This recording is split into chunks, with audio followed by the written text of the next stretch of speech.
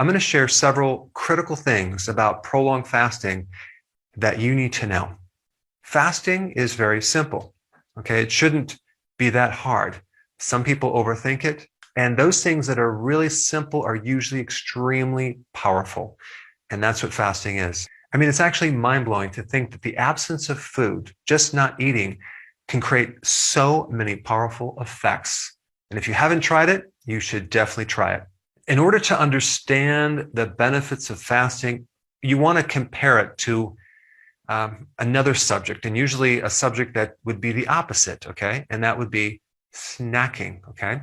If you look at what snacking does to the human body, it is absolutely, positively devastating. In fact, I think out of all the things that you can do that create a negative influence on your body, snacking is at the top of the list because of what it does to insulin. It's a chronic increase in elevation of insulin, which then leads to just a million other problems. I mean, when you think about it, I guess I'll just pull this up right here real quick.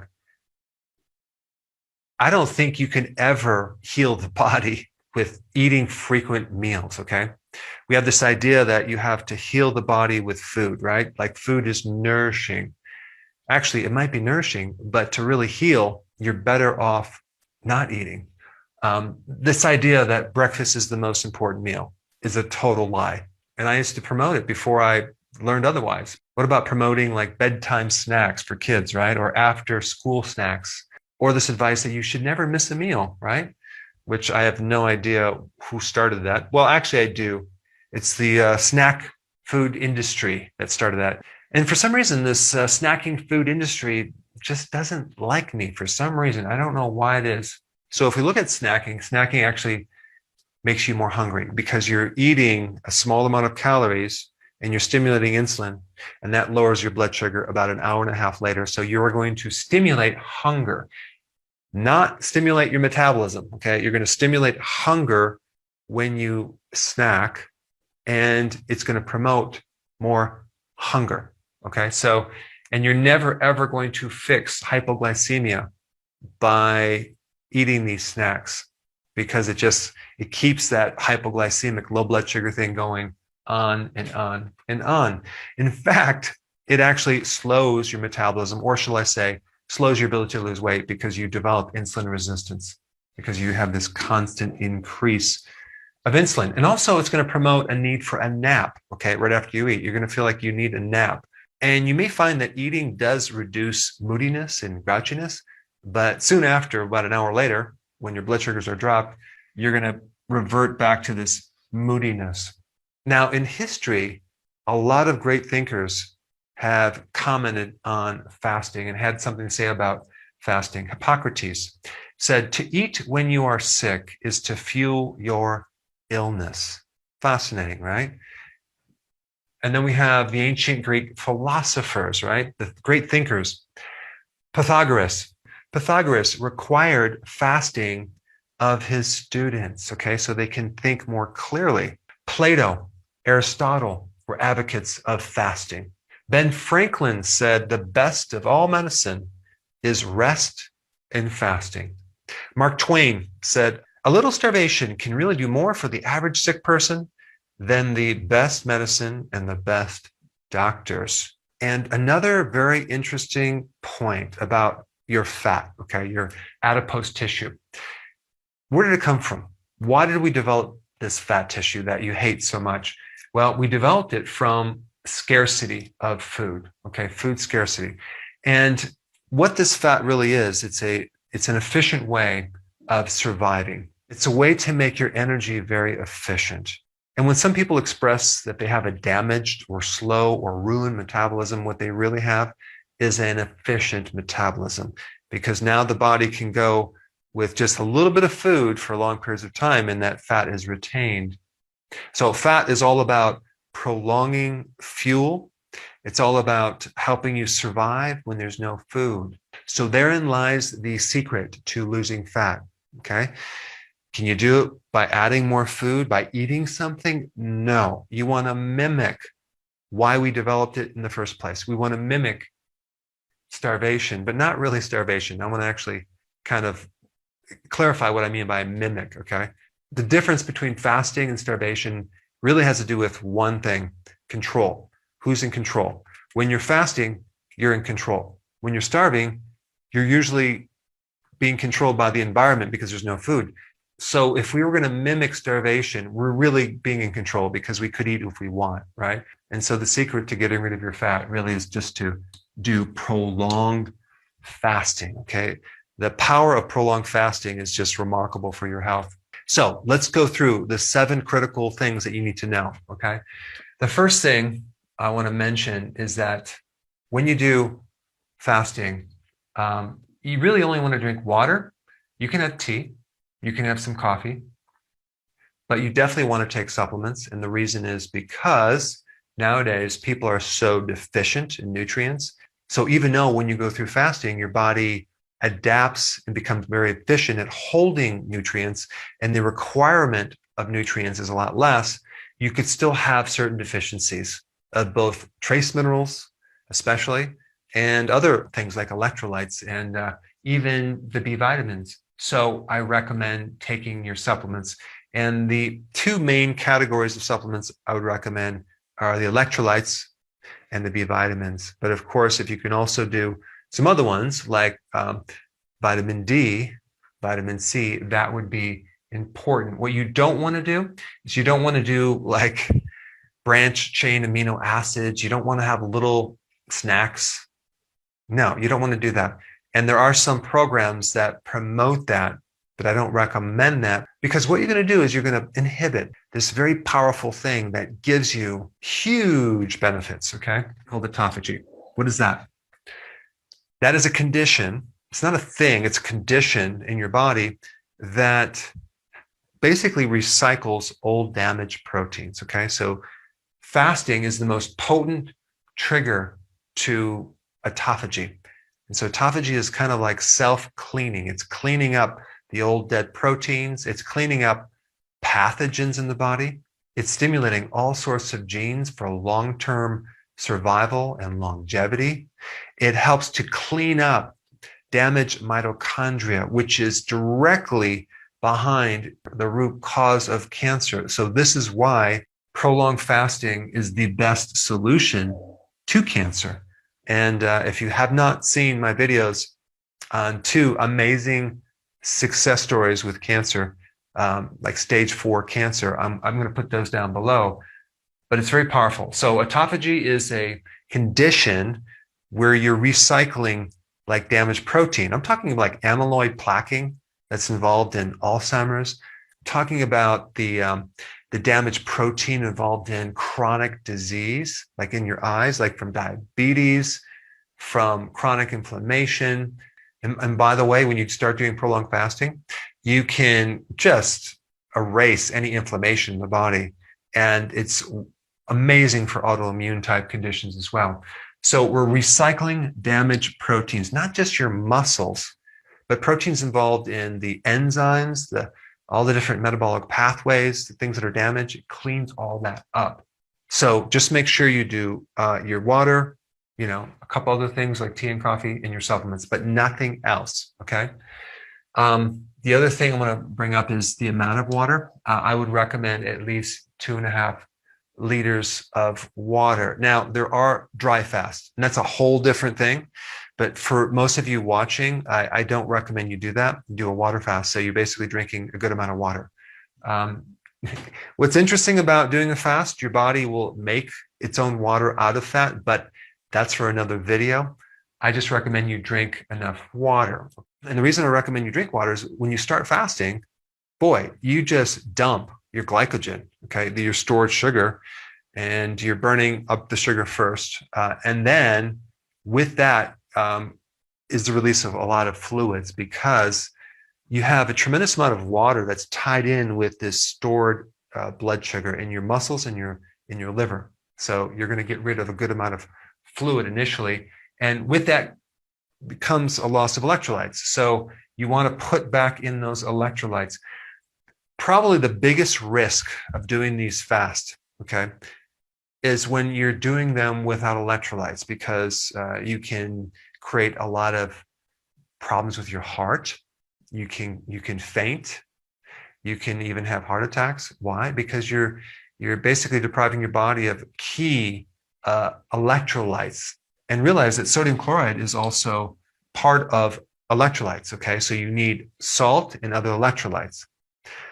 If you feel weakness in your muscles, that is an indication that you need more salt. Okay, and of course, I'm talking about sea salt. And with electrolytes, I'm also talking about potassium, magnesium, calcium, things like that. Now, let's go into number 3, refeeding.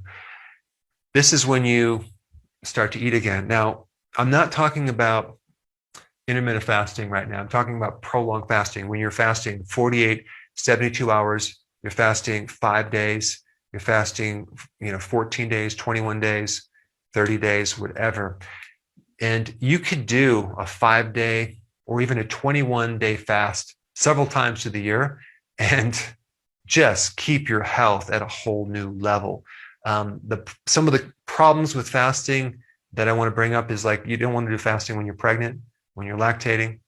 You don't want to do fasting if you have anorexia. However, if you have stage 4 cancer or cancer in general, personally, I would do prolonged fasting immediately. So if you're doing a prolonged fast, all right, what do you eat coming off the fast?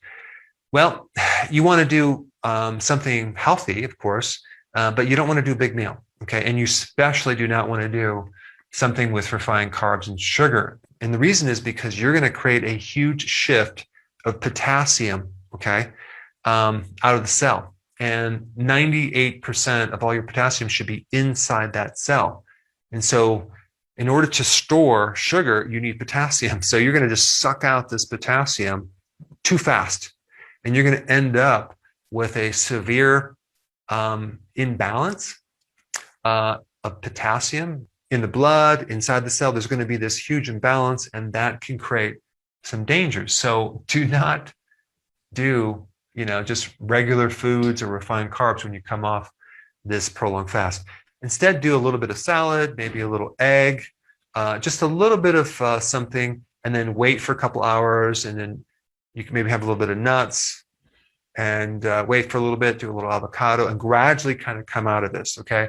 You do not want to do a big meal like I did. And that was a really good demonstration of what not to do, because I just pigged out. I ate all this food, ate this huge meal, and oh my goodness, did I end up with a serious digestive problem, tired. And I'm like, okay, I will never do that again. In fact, I need to have other people learn from my mistakes. All right, if you're doing a prolonged fast, and I'm saying probably 72 hours or longer, realize that all these ketones are going to make you pretty acid.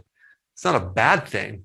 It's just that if you're doing apple cider vinegar and you're adding that, you're going to add some more acidity, and that can throw off your pH. And you may find that your pulse rate, it's like a very loud pounding pulse rate in your ear.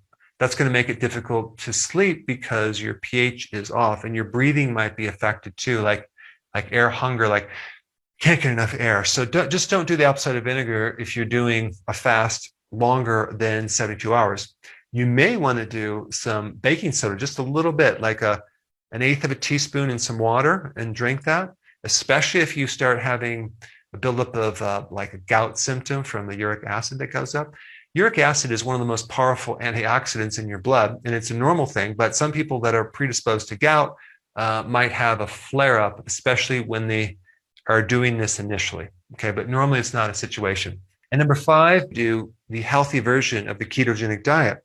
Don't just go back to regular foods, because first of all, the carbs are going to kind of nullify some of the benefits that you had, okay? Because this whole goal of doing fasting is to get rid of the bad effects of a high carb diet and a junk food diet. So why would you want to go back to that? So I would highly recommend combining healthy keto with the intermittent fasting. Okay, number 6, dawn phenomenon. What is that? That has to do with your blood sugars going up, okay? Maybe between 5 in the morning to 8, like all of a sudden your blood sugars go up, and like you didn't eat any sugar. Where is that sugar coming from? Well, your liver is making sugar, okay? There's a problem with insulin resistance, which is still occurring because it takes quite a while to get rid of that condition. It could take months, even up to a year or a little bit longer to fully get rid of that. If you have the dawn phenomenon, all that means is that you have insulin resistance, okay? And I wouldn't worry about it too much. However, if it concerns you, I would go for a long walk and just burn off that sugar. It's not coming from your diet, okay? It's just your liver is making the sugar. And that's a big difference between consuming sugar, all right? You're not going to have a problem. And also that problem is going to go away with time versus some people might think, oh, fasting is bad because it raised my sugar, so I'm going to stop doing that. That would be a mistake. And so a couple of little things that you can do, you can probably take berberine or other things like cinnamon to help reduce insulin resistance, okay? All right, number 7, knowing when to break your fast. Now, should you just dive right into a prolonged fast? Well, you know what? You could. Are you going to feel great? Maybe not, especially if you haven't fasted. You're going to have to go through a period of time where your body adapts. And so it might take you several days before you start feeling good. So a lot of people do this gradually and they kind of ease into it after doing, weeks of intermittent fasting. So you could just cold turkey, just jump right in and do prolonged fasting, okay? However, when you start fasting, what you're really doing is you're switching from the glucose fuel to the fat fuel, okay? And then also the body then has to make new enzymes for ketones, okay? So your body actually is running on fatty acids as well as ketones, especially for your brain. Your brain can't run on fatty acids. It runs on ketones. So just think about this. You're not going to feel really good in your head when you start doing fasting simply because it takes a while to develop ketones. So in the meantime, what you could do is take MCT oil, or you can take ketone supplements and get rid of those symptoms. However, you may not feel good mentally at first, but then you start adapting and your appetite goes away and you feel good. That's a really good indication that you've adapted. Okay, so if you're doing this gradual, okay, there's always going to be a transition phase where you're going to have to go through something that's going to be uncomfortable. But just realize, push through that. Like you might have hunger pains, you might feel a little bit kind of off, but then if you push through that, that will go away because your body is forced to adapt to this new method of burning fuel. There's no other shortcuts other than just pushing through that sometimes. So at some point, going from intermittent fasting to prolonged fasting, you're going to have to go through a little bit of this transition. It's normal. It's not abnormal. I'm just letting you know before you go through it so you can not be freaked out about it. But when I say don't eat if you're not hungry, eat when you're hungry, I'm mainly talking about doing intermittent fasting. But when we get into prolonged fasting, should you eat when you're hungry? No, actually, we're going to just push through that to the other side. Okay, so that's kind of a little bit of a little point I want to bring up. Now, since we're on the topic of fasting, I think it'd be very important for you to learn a little bit more about how to speed up the process, and that would be how to make insulin more sensitive. So you should watch this video right here.